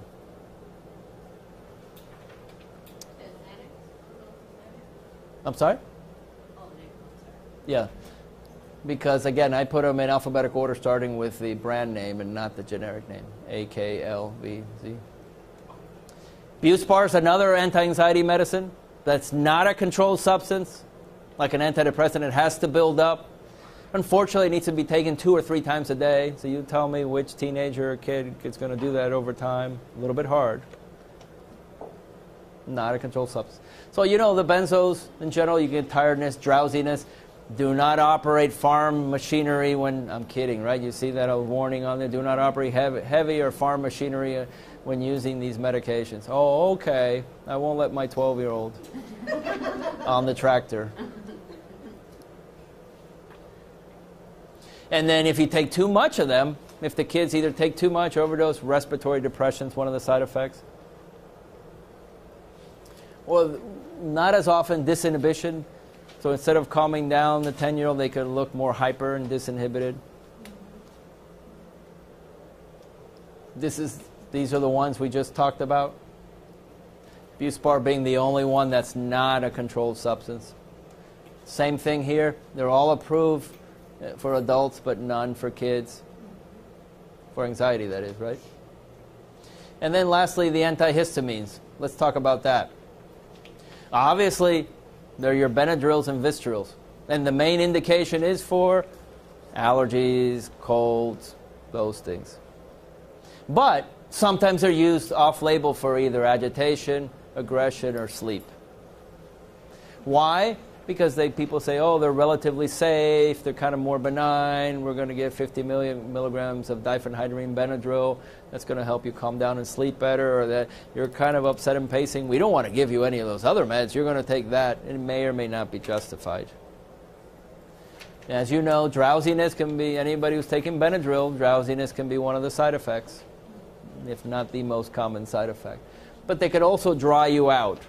Dry mouth, dry nose, dry eyes, constipation, even some difficulties starting to urinate because it dries out and affects your urinary system. And these are the two main ones. Over the counter, right? Diphenhydramine. And Visceral hydroxyzine is not. That is a prescription one. But they're relatively similar in their effects. And neither are approved for those indications like we have mentioned throughout this presentation. Not approved for agitation or insomnia. Hi, my name is Sylvia Cardo. I'm with the Behavioral Health Clinical Department, and I'm the Behavioral Health Clinical Coordinator at Our Kids, and I will be monitoring psychotropic medications in our district. Okay guys, welcome back to our second part of our training. Like Dr. Castellanos says, I'm Sylvia Cardo with Our Kids. I am your point person for psychotropic medications. So again, if you guys have any questions like on diagnoses or anything like schizophrenia and bipolar like he had mentioned, where you think maybe the child is misdiagnosed, or even if you have any questions on documentation on your part as the case managers, give me a call. At the end of the presentation, I'll give you my extension and my work cell phone number, so you can always reach out to me, and I'll also give you my my email address, so that we can always have constant communication. If you can't get a hold of me, there's also Damian Gutierrez in my department. He's pretty well versed as well. He's my backup, so either one of us will be more than happy to help you. We're going to go over your roles and responsibilities as child welfare professionals, what you need to do in the monitoring process according to statute and Florida Administrative Code.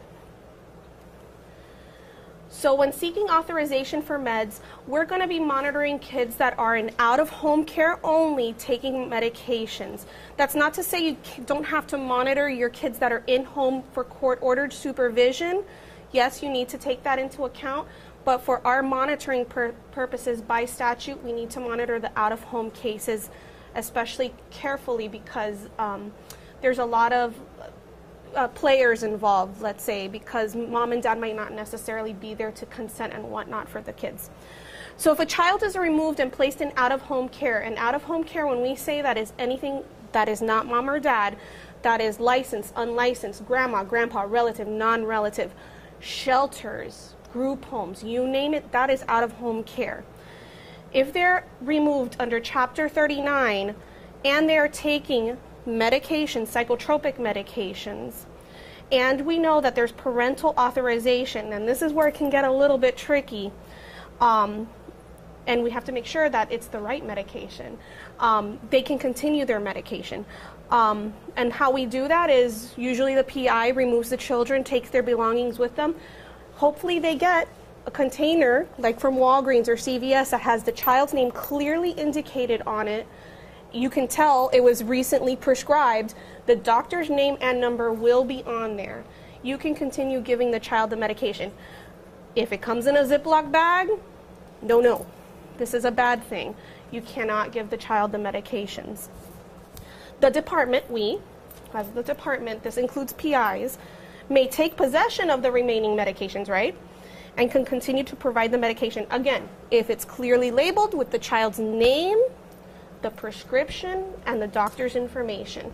If you have any questions about how to administer it, some bottles will give it to you. If not, there's that little insert, but we might not necessarily have that. You could call the pharmacy and ask for a little bit more information.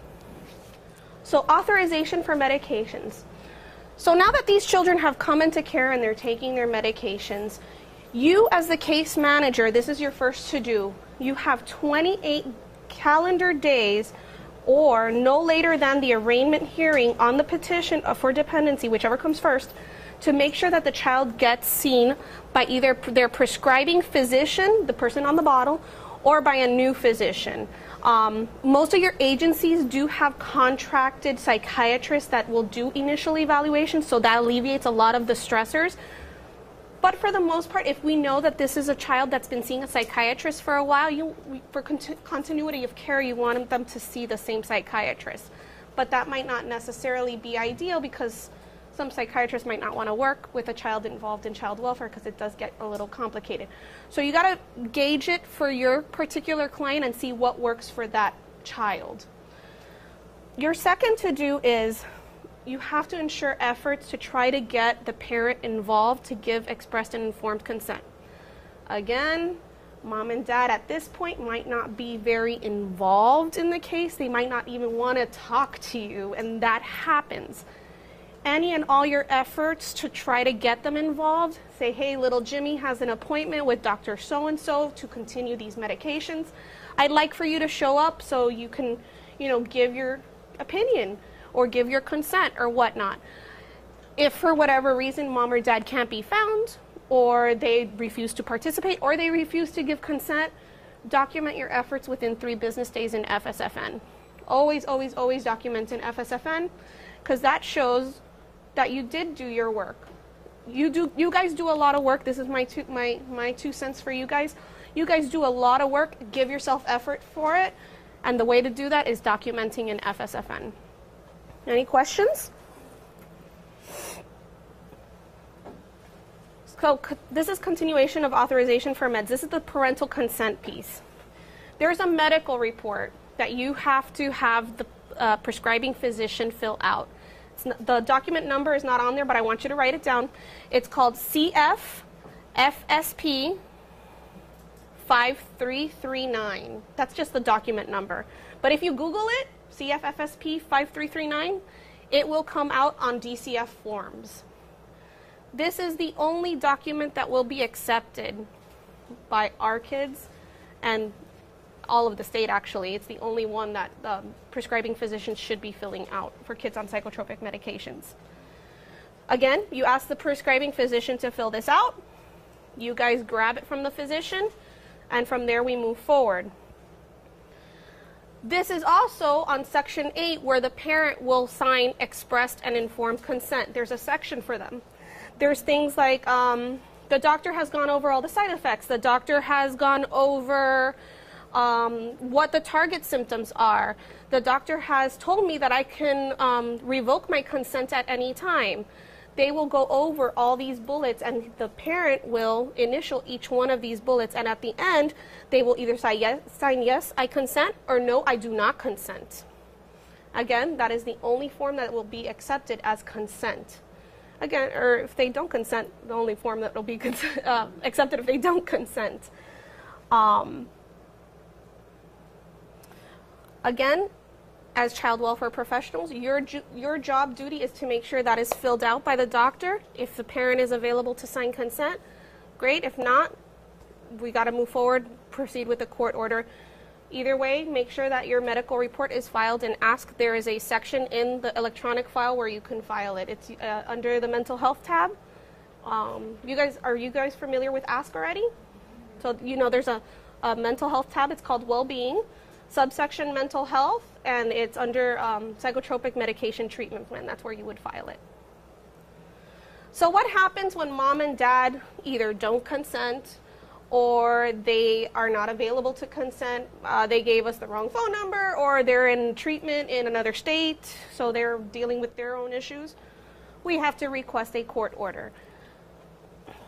Or if the parent's rights are terminated, because that could happen also, right? All the time. So if it's at any one of these scenarios, you must request a court order. You have to send a legal request to CLS. You have to attach the medical report, because you have to show what the doctor is prescribing, obviously. You have to show your efforts to try to engage the parents in providing consent and give them, you know, what the rundown of the scenario was for this case. So again, the child welfare professional has 3 business days of receiving the completed medical report to provide CLS the legal request. Very important. Again, any little hiccups that you have along the way, you guys do a lot of work. Give yourself a credit and put it in FSFN. That's my mantra of the day, FSFN. So what happens when a child needs to begin medications right away because they're either harming themselves or harming others? They're banging their heads against the wall, they're cutting themselves. We can't possibly wait for an authorization from the court. We can't possibly wait for mom or dad to consent. This kid needs to start medication right now. There's 2 scenarios under which you can do that. It's if a child is Baker acted in a hospital or a crisis facility, or if the child's in a SIP, also a hospital-like setting, or there is a section in the medical report called Section 5, Certification of Significant Harm. If the doctor signs that section of your medical report, it basically gives you a loophole to let the child begin taking the medications. If that happens, a lot of things do change. It's listed on here. You have 3 business days from the day that the child ingests the medications. Not 3 business days from receiving the medical report. 3 business days to let CLS know, hey, we need a court order. If later on mom or dad consents, that's a different story. But right now, we need CLS to get on it and get a court order. But at least the child is getting the medication he or she needs. Any questions? That's the only difference between the 2.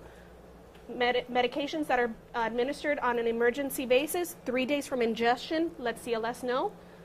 For non-emergencies, you have 3 business days from receiving the medical report. Is that your question? I wanted to make it clear because even I forget, and I'm doing this every day, reviewing them. So I can only imagine for you guys that have a lot of other things other than psych meds to monitor, it could get confusing. But again, always reach out to me if you have any questions.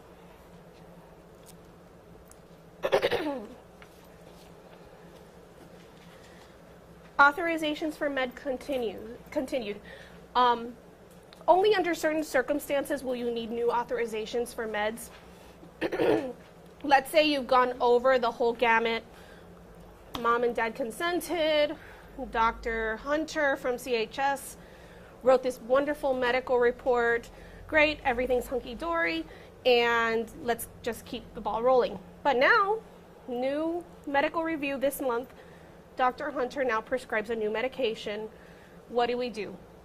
We unfortunately need to start from the beginning. We need to get a new medical report. We need to get mom and dad's consent again. If we don't have it, go through the court order. Again, these are the only situations where you would need this. If there's a change in the prescribing physician, let's say the child is no longer seeing Dr. Hunter, but is now going to Citrus to see Dr. Castro. There we go. You need a new one because it's no longer the same doctor prescribing the medication. If there's a change in the medication, either a new medication is added or the dosage range changes. The doctor will give you a dosage range, let's say 10 through 25. If they prescribe now 30, you're out of range. You're going to need a new one. Or if a medication is discontinued, they might need to write a new one as well because the profile is different now. As best practice, CLS in our district says that we need a new court order every year. Doesn't mean that you need a new medical report necessarily. Just let CLS know that your court order is nearing a 1-year limit, and they'll draft a new order. Just give them the same medical report, unless something's changed. Then you would give them a new medical report. But other than that, it should be a fairly easy process. This is not in statute. It's just a best practice in response to the whole Gabriel Myers investigation. So to do, you have to request a new court order, at least yearly, again, by CLS's standards. Yeah. Does this apply also to non-psychotropic medications? This is just for psychotropic medications. I would imagine, though, for invasive procedures that need to be done continuously, like maybe G-tube feedings and things for kids that are like bedridden, but I would check with CLS if that's something that needs to be renewed yearly. Again, it's not statutory, it's more of a best practice for CLS. Can I add something? Okay, so this is the harder piece. Pre-consents for requirements for medications. So if you have a child who is in out-of-home care, ages 0 to 10 until they turn 11, I always like to put that in there because you're 10 until you turn 11, right? On 2 or more medications, you must get a a consultation, because they changed the name now, with the University of Florida. This is done online. It's a very simple, the link is there. It's a very simple form that you fill out online. If the doctor has completed the medical report in its entirety, you will finish this in 5 minutes. But what they do is basically they ask every single thing that the doctor has to fill out. You put it in there. If they have any questions, they'll reach out to the doctor or to you, and then they'll give you in a couple of days an email back with their review of the medications. Again, this is in response to the whole Gabriel Myers investigation. Is everybody familiar with Gabriel Myers? Doc, I might need you for this a little bit. But Gabriel Myers was this child in Broward County that was given a concoction of medications when he allegedly attempted he did. He committed suicide. And when the toxicology reports came back, he was given so many medications, and there was conflicting medical reports, or there was missing documentation, and that's why we're so careful in monitoring these things, because we couldn't determine, was it a side effect of all the medications he was taking, or was it that we weren't addressing depressive and suicidal ideations? Did I So let me encompass say it? that this is my thing. This is his thing. Gabriel Myers, actually the Broward County medical examiner did not rule it a suicide. Oh. They viewed it as this misaligned attempt at obtaining secondary gain, which is a very complicated, very sophisticated medical exam. So although he did take his life by hanging, there was apparently situations around where the intention wasn't necessarily to kill himself. And so it's still a tragedy. But what everyone learned from Gabriel Myers is that he was in multiple placements, that there was not a coordination of his care, so his medical record did not follow him, the medication history didn't follow him, so that the doctor was prescribing all these multiple medications. They could have been monitored a little bit closely. There could have been certain side effects taken into play. And his psychotherapeutic needs weren't met with the best types of therapy. That there was always this history of traumatic events and other things that weren't dealt with therapy. They were dealing with the negative behaviors and not the more emotional issues, etc. Thank you. I knew you. So it I knew led you had to this. all the learning our system and the need to monitor the meds and a lot of changes, a lot of positive changes that have evolved today.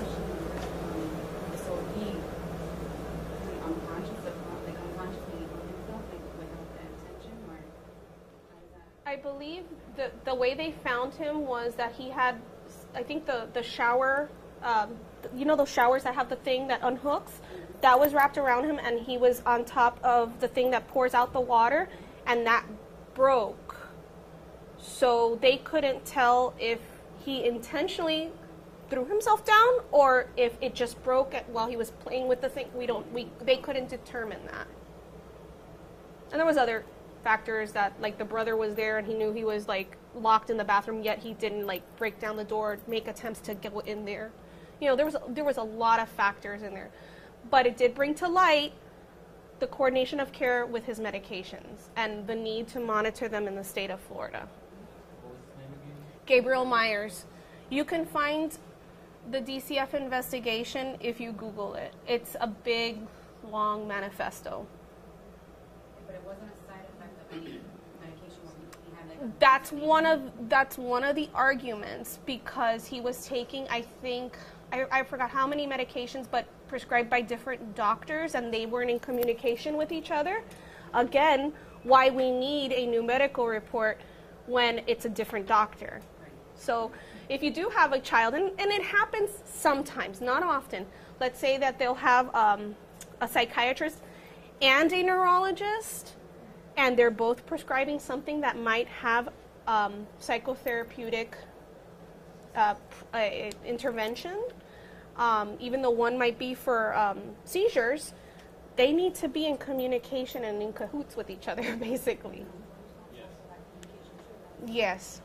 But there are TCMs out there to help you, because usually children who have all that extraordinary needs, you're going to need help in coordinating that service. But again, that's something that you and I can talk about, so that I can help you out with getting those kinds of services out there for that kid.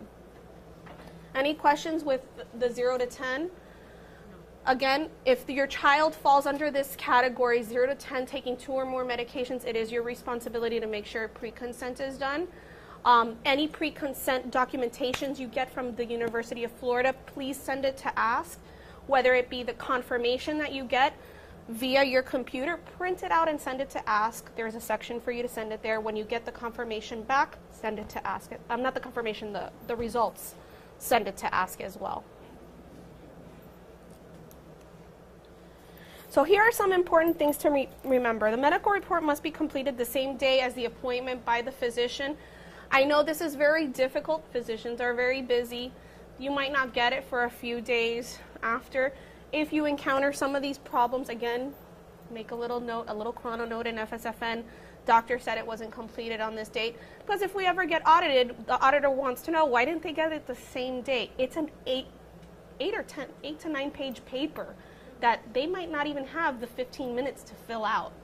So if it comes up, make a note in FSFN, give yourself credit for at least asking for it. Parental consent or court order must be obtained prior to the administration.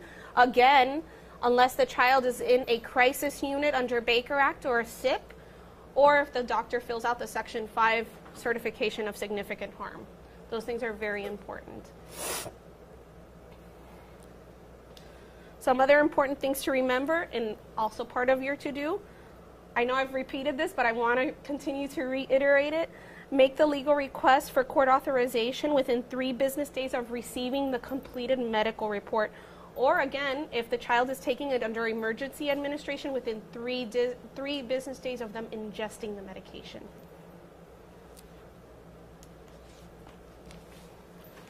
This is another piece, again, stemming from Gabriel Myers and some new audits that we're under. Psychotropic medication administration logs. These are part of the child's blue book. They're in every child's blue book, and it goes with them wherever they go. The initial placement medication inventory log, that is a mouthful, is basically whenever a child moves placement, it's a 1-page form. The case manager goes over it with, or whoever does the placement actually, whoever the child welfare professional is placing the child, takes it to the caregiver. If the child's taking the medications, you guys write down the medication, how is it given, under what circumstances is it given in the morning. You guys count the pills together. And it basically says that the caregiver acknowledges that you gave them these medications and that they understand that this is how they're supposed to be giving it to this child.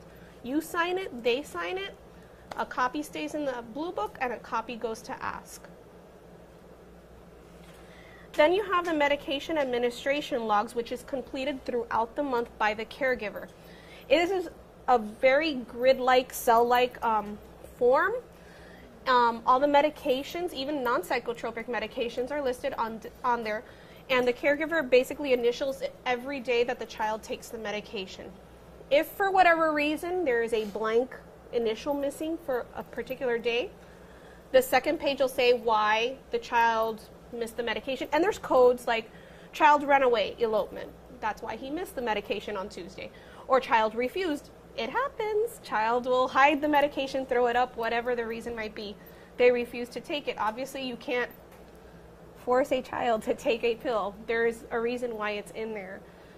As the case manager, you do have to collect it on your monthly home visit and make sure it's filed in ASK. The child welfare professional will also review this with the caregiver, the monthly medication logs. Again, if you see any blanks, this might be a place where you could have an open conversation with your caregiver and say, hey, I noticed little Jimmy missed on Tuesday his medication. What happened? You know, you can talk about it. Yeah, he eloped. I know that. I'm his case manager. We had to write an incident report, right? But, you know, hey, what happened? Why did he run away? Or why did he toss it out into the toilet? What's going on? This might be a good place where you guys can have open conversation of, oh, maybe there's a side effect that we don't know about, and that's why he's throwing it out. And we might need to make a new appointment with the doctor and things like that. Yes? I don't know if it happens often, but what if we believe we're giving the medication if they're not? It does happen if the caregiver believes they took it, and they sign it off. There are some more savvy caregivers out there, though, I got to admit, especially with teenagers, because teens can be pretty slick. And they'll say, hey, open your mouth, lift up your tongue, do this, do that, things like that. In other kids, it might not be so apparent. But if the caregiver believes that they witnessed that the child ingested the medication, they have to fill it out. I mean, we're not all geniuses. We're human beings. We make mistakes too, so I get that. But if there is some indication, let's say after a few weeks, the child is given a medication, I would definitely talk to the psychiatrist and say, hey, this kid is supposedly taking the medication. It's been 2-3 weeks. I still don't see changes. Could it be that he's not taking it, or could it be this might not be the right medication, the right dosage, things like that. But again, engage your caregivers. Engage. Engage the kids too, because they might be of age for you to talk to them about this. hey, little Jimmy, Grandma told me you didn't take it on this day. You spit it out in the toilet. Why'd you do that? I want to make sure you're feeling okay. Oh, I feel weird when I take it. Oh, what's weird? Tell me more about it. That's something that you need to talk to them about. So if they tell you something like adverse effects, that's, again, something you need to bring up to the psychiatrist or make a new appointment and not wait for the next appointment. Any questions about your to-dos? Again, when you review it with your caregivers, make sure you document those efforts in FSFN. So kind of piggybacking on what I was saying about the child and engaging them in conversation, you have to try to engage them in assent. And assent is if a child is of appropriate age and developmental age, because yeah, they might be 18 or 17, but they might not be functioning in that capacity. Try to get them involved in their appointments. Ask them to tell you, how do you feel when you take these medications? Because that might not feel comfortable telling their caregivers, I'm losing weight, or I'm missing my period, or, it might be embarrassing for them to say that to some people, but you might have a better rapport with them, and they might feel more open to telling you guys this. Let them know, empower them. Encourage active involvement in the decisions. Maybe they're of age where they say, you know what, I really don't want to take this. Is there something else I can take? Because they'll do that. They're verbal. They're vocal about their wants and their needs, and they know their rights. By 17, they know the system in and out, and they know their rights. They know that they don't have to take this if they don't want to. This also improves adherence. If the child is part of the decision-making process, again, if they're of appropriate age, they're more likely to take the medication, whereas opposed to you take them to the appointment, they're assessed for 15 minutes, and the doctor could care less about what they say, but you want their voice to be heard, they're more likely to take it. And again, more improved health outcomes. Again, they're more engaged and more likely to take it. This is also a continuous process. You're doing it with the caregiver. Involve your kids as well. Always ask, are there any side effects that we need to know about this month? Is he still taking it continuously? Or, if like the doctor said earlier, if it's a medication that has weight loss or weight gain, ask them about their appetite and things like that. Don't just ask one time and then forget about it. Because kids are growing. They change every day. Information has to be presented at in an age-appropriate manner. You don't have to tell them, like, Vyvanse is chemically known as da-da-da-da-da-da. They could care less. Tell them the pink pill. They'll know, oh, yeah, that pink pill, yeah, it makes me really tired. Don't tell them, oh, you might get these side effects. No. There's no substitute for informed children, families, and child welfare professionals.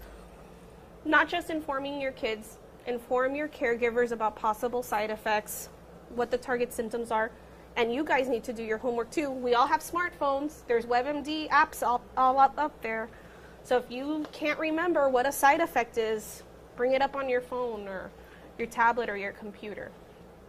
Any questions? Here are some questions that you can give your youth so that they can participate in their upcoming medication reviews. We know they have to be there at least monthly to get their new prescription. The doctor has to see them, so because some of them are the Schedule II medications. Some of these examples might be, what's the name of the medications? What else is it called? What am I supposed to see to get better? Can I be addicted to this medication? If you have a teenager, especially, who has a significantly higher rate of having addictive problems because, they probably maybe smoke weed or take some other drugs out on the street, you might not necessarily want to give them something that's addictive. Things like that. Or they're in programs, substance abuse programs. Those are the kinds of things that you need to let them know about. Any blood tests or blood work, they might notice, like for lithium, for example, they have to go quite often to get blood work to see what their levels are. Here are some more questions.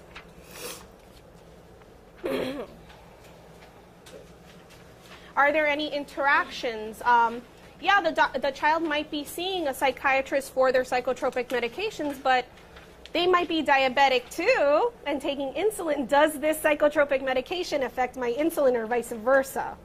And those are the kinds of things that the child might want to, and you as their case manager needs to bring up to their psychiatrist. By the way, did you know that they're diabetic? Does this interact in a funny way with their psych meds? Responsibilities in the monitoring process. If you guys have any questions, these are some sample questions for you as the child welfare professional to bring up to the psychiatrist. Any evaluations that need to be completed prior to this child. A lot of times, the doctor won't even give you a prescription. They might give you the medical report so you can get the ball rolling with court orders and expressed and informed consent. But they might not give you the prescription because you need an EKG or CBCs and lab work and things like that, because like the doctor said earlier, some of these things will make you gain weight, lose weight. Lithium being a salt, you might not want a child that has high cholesterol, high blood pressure on lithium. You don't want to give them a heart attack. So those are the things that need to be ruled out, pre-existing heart conditions and things like that. And again, these are some more other questions. Did the child provide assent? That's another thing. But yes, we want you to be involved, but in a realistic world, you guys might not be the ones going to some of these appointments. So you might need to call up the doctor and say, hey, were some of these things done? Can I ask you some questions and things like that? Any questions on your roles and responsibilities as case managers and child welfare professionals? Again, this is a nice little mini Bible, but if it's not on here, because there are scenarios that do come up in the real world and practical world. If you have any questions, give me a call and I'm here to answer them for you, okay? And now Dr. Castellanos is going to take over the last few slides and we'll take a mini break and then you guys are going to be ready for your test. It may sound ever so basic, but you should know if the child is on medications. I can't tell you how often it comes up where people present. Even if you're a covering person, even if you're filling in, someone's on maternity leave, you need to know that. So, just like you would with your own kids, you want to know if they're on medications and you want to be able to monitor how they're doing. And if they're on a medicine, you've heard us say over and over again, how is the medicine supposed to help? What is it supposed to do? Why do you need to know that? Because that's right. So if you're taking Tylenol for a fever, you say, gee, this is supposed to lower my fever. This is what I'm going to monitor. This is how I'm going to see if this child, my child, is getting better, if the fever's better, if the pain's better, if the hyperactivity's better, if the depression is better, if the psychosis is better. So, you need to know what the medicine is supposed to be doing and not doing. The classic example with ADHD, these medicines, the child is still disorganized. I know, we don't have a pill to make you more organized or plan better. These other things can help a little bit, but it's not going to make you more organized. It's going to help you develop those skills and us help you, but it's not going to. So know what they do and what they don't do. Get regular feedback, both for yourselves, the caregiver, the prescriber. You need to have regular feedback. And it's not just at home, in all domains, right? School. The three big areas we look at are home, office, and school. The three big domains. Because someone could behave a certain way at home and a different way at school. So you want to know. Or the child could be a star in front of you, but at school they have all these other behaviors. And they can hold it together for that half-hour appointment, etc. Obtain the feedback from the child. So it's not just observations, it's not just reports, it's also, if the child can, express how they're feeling or not feeling and thinking. Do you all know what an attribution is? An attribution is when you take something vague and we each give it our own meaning. So if I am more forgetful, I could attribute, oh, that's because of the Tylenol I took this morning. Now, that may or may not be true, but I'm attributing it to that. The one I love is on I-95, and then someone jumps in front of you in the car. You attribute your meaning to him. It could be aggressive. Hey, that SOB, they cut me off. How dare they do that to me? Or your attribution could be more benign. Oh, that's probably somebody not paying attention. Or that person doesn't know what they're doing. They're on the cell phone. But you give it the meaning of something that's not clear. So therefore, be careful about attributions. Oh, the medicine is doing this, or the medicine is not doing this. It may be true, or it may not be true. But when you're not sure, you always discuss it with someone, whether it's your supervisor, the doctor, etc. So what do you do if you have concerns? Again, oh my gosh, there it is again. Use common sense. And report the side effects to the physician. Now, if it's between appointments, you may need to persist. Well, we left a message. That was 3 weeks. Well, I did my duty. I left a message. It doesn't count if the person doesn't get the message or you don't get the return call, right? Well, I did it. I documented it right here. It says I left a message. It doesn't count. If it was your own child and your pediatrician, you would say, wait, I left a message. It's been a day. Let me call again. Or if this is urgent, I'm going to page them. But it's getting the message and communicating with the office and getting some response and answers. So yes, leaving the message is the first step, but it's not sufficient. And then sometimes you need to insist. Sometimes you need to be persistent, because depending on the agency, the doctor may not be there every day. The psychiatrist may be there only once a week or once X amount of time, so you need to persist to get the answers. And if need be, you schedule, no, I can't wait. We need to have this child seen earlier. Let's move early. Let's move up the appointment time to a date that's earlier or sooner. Just as you would for yourself, a loved one, a child. No, I can't wait. I want a sooner appointment. So like with any medical issues, if you suspect it's an emergency, you call 911, go to the nearest emergency. No, you're on the floor or whatever, call 911. That's common sense, right? If you think it's an emergency. If you think it's something that's not an emergency, oh, it's a toothache, a headache, you may still need to communicate it like we said, but it may not be necessarily by calling 911. So whenever you suspect, you act on it, that it's an emergency, you act on it. So if you don't think it's an emergency, you make a routine calls. If you do think it's an emergency, you call 911, go to the emergency department. And if you're not sure, you do something. You either call your supervisor, call the doctor, or call 911. But not sure means you better do something. You can't just say, I'm not sure. Oh, okay.